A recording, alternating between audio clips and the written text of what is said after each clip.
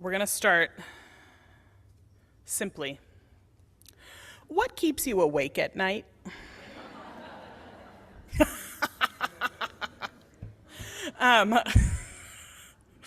What keeps me awake at night? A combination of things. The classic, like replaying social interactions I wish had gone differently. Any of you? Yeah, it's a classic. Pre-playing social interactions I think might go poorly. You're like, that's just anxiety, Hannah. Right, so those two, and then I would also say waffling about, am I doing enough about the state of the world? Am I doing enough to protect my family? Am I doing enough to help my community? And that sort of, that keeps me up at night. All right, we'll do those in a minute. What are we doing? We'll do this one. Someone simply wrote, "Who would Jesus bomb?" and then put an exclamation point instead of a question mark. So I will assume that you don't want me to answer that question, and I will instead commend to you the John Prine song, "Your flag decal won't get you into heaven anymore," which I feel sufficiently expresses my thoughts on the question, who would Jesus bomb? I know you're like, I did not expect our millennial minister to recommend a John Prine song, but I contain multitudes. I think I know who is the architect of this question, and sadly I think he's not here because he's helping an RE. But somebody has written, "Why do we have to go to school?" Which I feel like I have two answers to this question that sort of fight it out inside of me all the time. One answer to this question is that we go to school to learn and to engage with people who are different from us. We go to school to gain a sense of community and to be developed into the people we are becoming. We go to school to be pushed. We go to school to engage with ideas. We go to school to learn how to be friends. You can tell I have a kindergartner who will soon be a first grader. So I'm just like, please learn how to get along with other children. I see some other parents nodding. Like, yes, I hope that is what happens for my children at school. And we go to school to discover who we are, not separate from our families, but in a context where our family isn't right there all the time. We go to school to discover who we are in that way. But there's also a part of me that feels like we go to school so that we learn how to follow the rules and get in line and respect authority and do all those sorts of things, because that is for me the great tension of education, of public education, and of how we approach it, is that it is all of those beautiful and wonderful things, but that it can also be the place where kids learn that it doesn't matter if you know your teacher is wrong. You just have to shut up and deal because they're in charge. Which is not, as I say it out loud, I think all of us are feeling that's not the lesson we hope our children learn. But that's something that happens in schools all the time. And so maybe the part of why we have to go to school is to figure out how to deal with that reality of people who have been put in positions of power and authority and do a less than adequate job in them. And how do we respond to that? How do we navigate that? What's our role in how we experience that? And so that's my long and complicated answer. That maybe I would give a different one to a room full of teenagers, but that's what I think about why we have to go to school. That's my complex why we have to go to school feelings. That was a very mystery-flavored dum-dum answer about why we have to go to school. It's both this beautiful meditation on the gift of public education and this conflicted meditation on the ways that school prepares us to conform. Both and.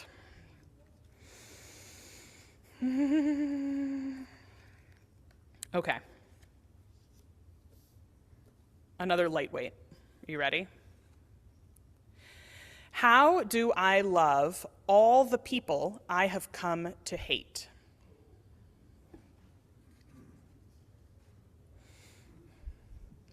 So I have a short answer, and then I'll give a slightly longer answer. The short answer is that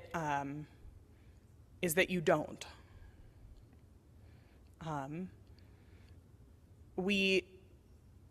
So we're Unitarian Universalists, and the Universalist half of the family name comes from progressive Christians, particularly who have existed as long as Christianity has existed. There have been Universalist Christians.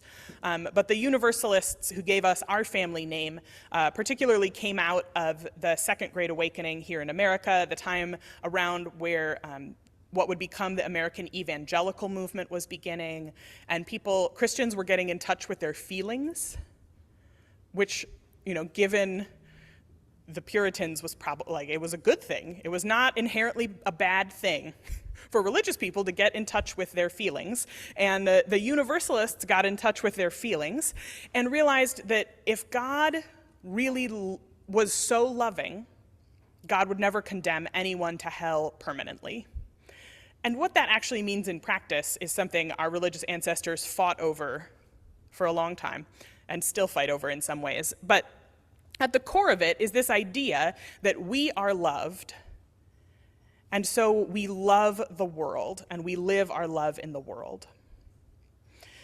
But that does not mean we interpersonally love everyone.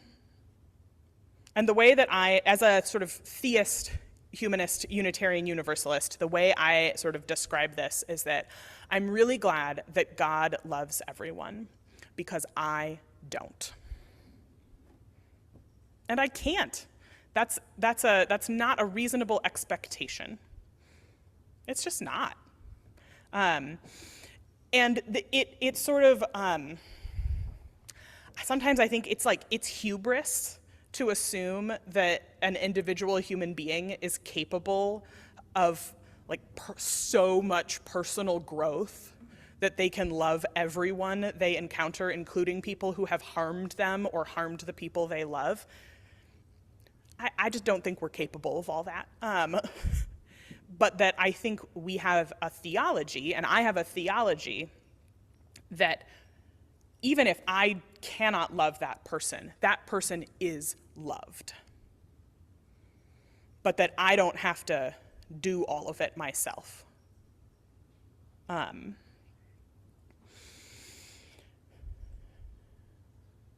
that for me is an important distinction, because I think we have this conversation a lot about people, this is a progressive religious people ask their clergy a lot about this question, about loving people who are so awful. And I think this is my answer, is that you don't have to, but you have to believe that they are somewhere, somehow, some way, even if you can't do it.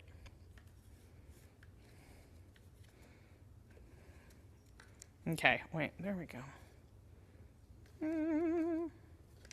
There's a series, I'm grouping some together. Okay, and I'm deciding which ones to group together.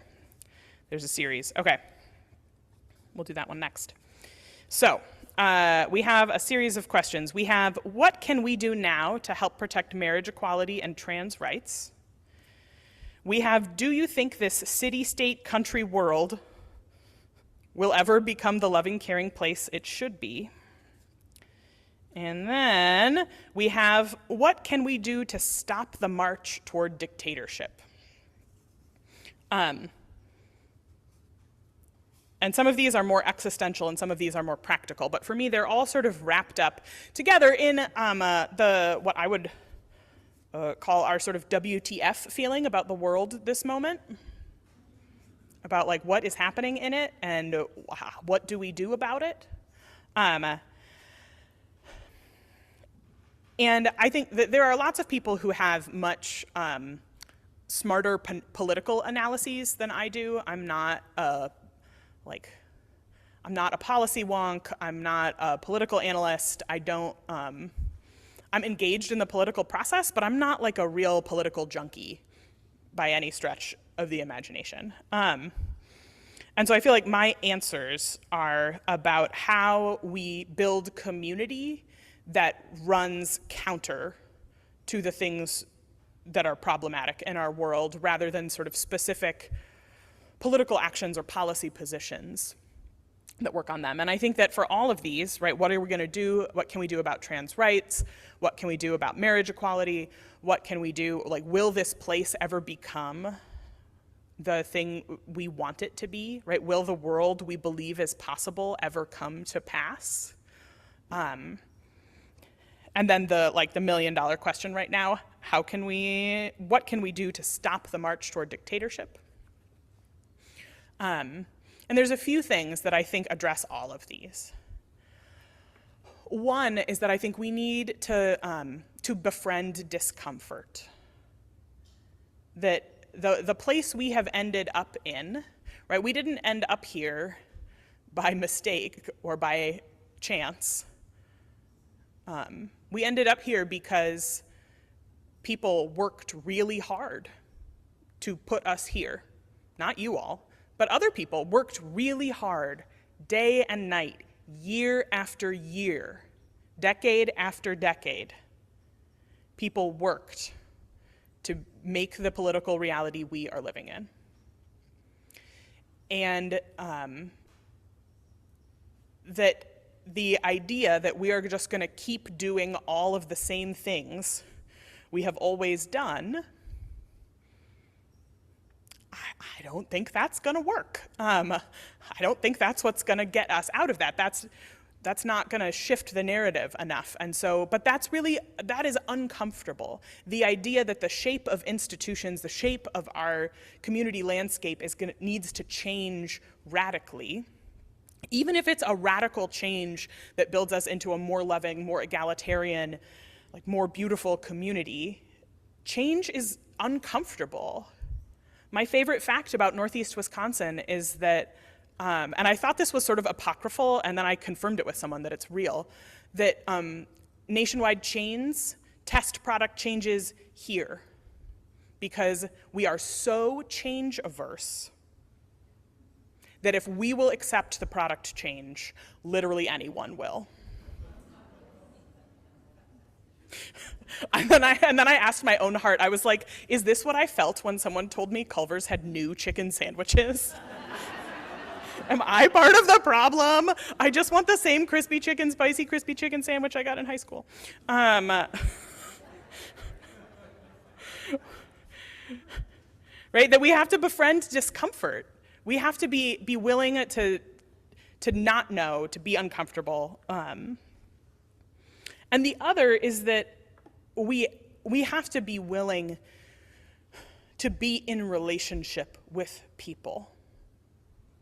We have to be willing to be in relationship with our neighbors, with people in our community, and we have to be in relationship towards building a network of power. Because that is, right, like the sort of lowercase d democracy at its finest is about the fabric of a community deriving power from the relationships that we have with each other and the authority we grant to people. But that means we have to be in relationship with each other. And so those are the two things that I really feel like I want us to work on and be about.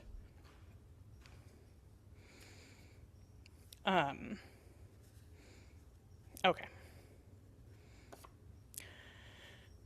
For you, what do you find is the most difficult part of being a UU minister? And I would say that it is what I find hardest is the range of things that are involved in the work. and the having to sort of move back and forth between radically different tasks very quickly. Right, the emotional and mental skill set required to show up at the bedside of someone who is dying, and then to go to a governing board meeting, and then to go hang out with the kids in RE, and then you need to write a sermon. And then, right, like, what have I been doing this week? For those of you who have not already heard, the fellowship is transitioning its cloud-based document platform from Google to Microsoft. So sometimes I do things like that, right, and help with cloud-based document platform transitions. And sometimes I look at budget spreadsheets. Sometimes I think about databases. And then sometimes I go and speak at a protest rally. And very rarely I answer your emails.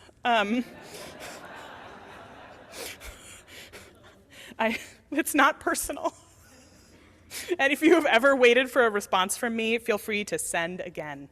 And know that it is not you, and that it is in fact keeping me awake at night. So yeah, that's the hardest part, is just dealing with the whiplash of the range.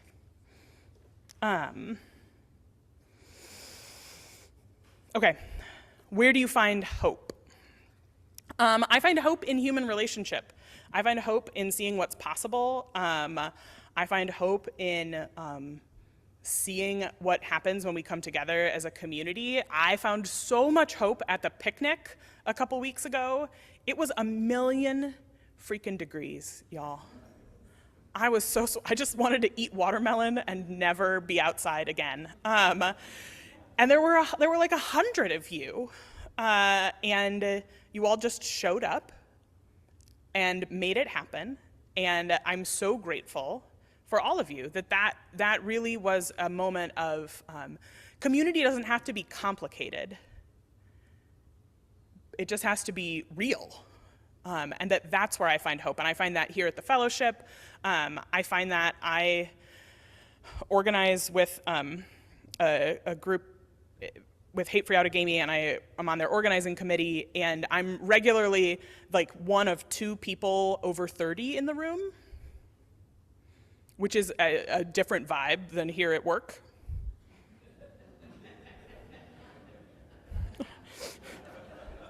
And that gives me hope, that there is a place where we are building community, and that there's not one way to do it, and that's what's going to make it all happen, is if we do that. Okay, we're going to do a few and try to be quick about it. Okay, a couple people asked about, they said, you used to teach. What did you teach, and why did you leave the classroom? And do you think public education will ever return to the system it ought to be?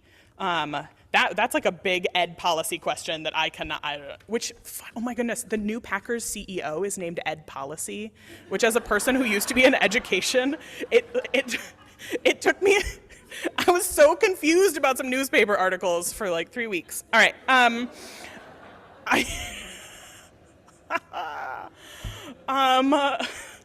but I used to teach ESOL, or English to Speakers of Other Languages, ESOL, and I taught middle school in Baltimore City at a couple different schools, and I love middle schoolers. I loved my kids. I left the classroom in part because there were a lot, my kids were incredible. My students were incredible. I loved them to pieces. And a couple reasons. One is that I could see that my ability to interface with the authority structure of public schools was, it had an expiration date on it that was, not retirement. And so I determined that I should that maybe I should just go to seminary like I had been thinking about, instead of waiting until I was completely burned out and enraged before I left. And also that my students, there were a lot of people who could do what I was doing in the classroom, right? There were a lot of really incredibly gifted ESOL teachers in Baltimore City who were just the most dedicated, tight-knit. They cared about their kids just totally above and beyond. I loved that teaching community.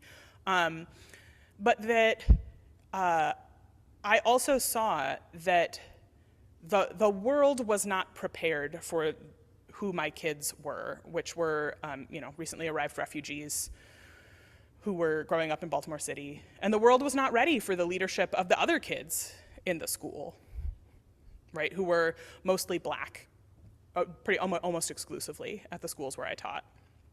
And the world was just not in a place to be able to receive the leadership of those kids. And so that part of why I went into ministry is that I felt like this is a place where I can sort of get the world ready for people like the kids I used to teach, to lead them. So now we're gonna do what I call we're gonna do like a lightning round. Are we ready? Okay. I know this is personal, but I've always been curious, who carried your children, you or Catherine? And I'm gonna tell you because if you ask my children, they'll tell you. So Catherine, my wife Catherine, carried both of our children. What is your favorite board game that you never get to play? Parcheesi, because I freaking love Parcheesi, and I am a competitive monster. I don't know why no one wants to play with me. What is one talent or skill you wish you had? I wish I could play guitar, because I just feel like, oh, this is the like Unitarian Universalist minister, lesbian, like vibe. This is what's missing from my vibe. I have the Birkenstocks, I have the ordination. All I'm missing is a guitar. What chance do the Brewers have to win their 15th game in a row? It seems pretty, you know what? It gives me hope, all right? That's all I'll say. Is there any chance a late Saturday afternoon service will return? Probably not. This is my favorite question I've ever received in a question box. I want you all to see it. It just says, why here? In big caps with a question mark. You can interpret that so many ways. I love ambiguous questions. That's why I'm in this line of work. And the short answer is that, or one thing I don't always have a chance to talk about that I want to talk about in terms of why here, is that my ministry here has been a really fascinating exercise in getting to do ministry, right? I grew up in Racine in southeast Wisconsin and then left Wisconsin because at 18, and you could not have paid me to return, but you have paid me to return. So here I am. And I have really appreciated the fascinating experience of getting to do ministry in a cultural context that feels fluent to me, right? To get to do ministry where it doesn't feel like I'm constantly trying to figure out like how the locals talk to each other, what's the local conflict style, how do people, like what's the conversational approach? Right, and it doesn't mean that I think like, yes, the Northeast Wisconsin conflict style is great. It's not. We have a lot of work to do.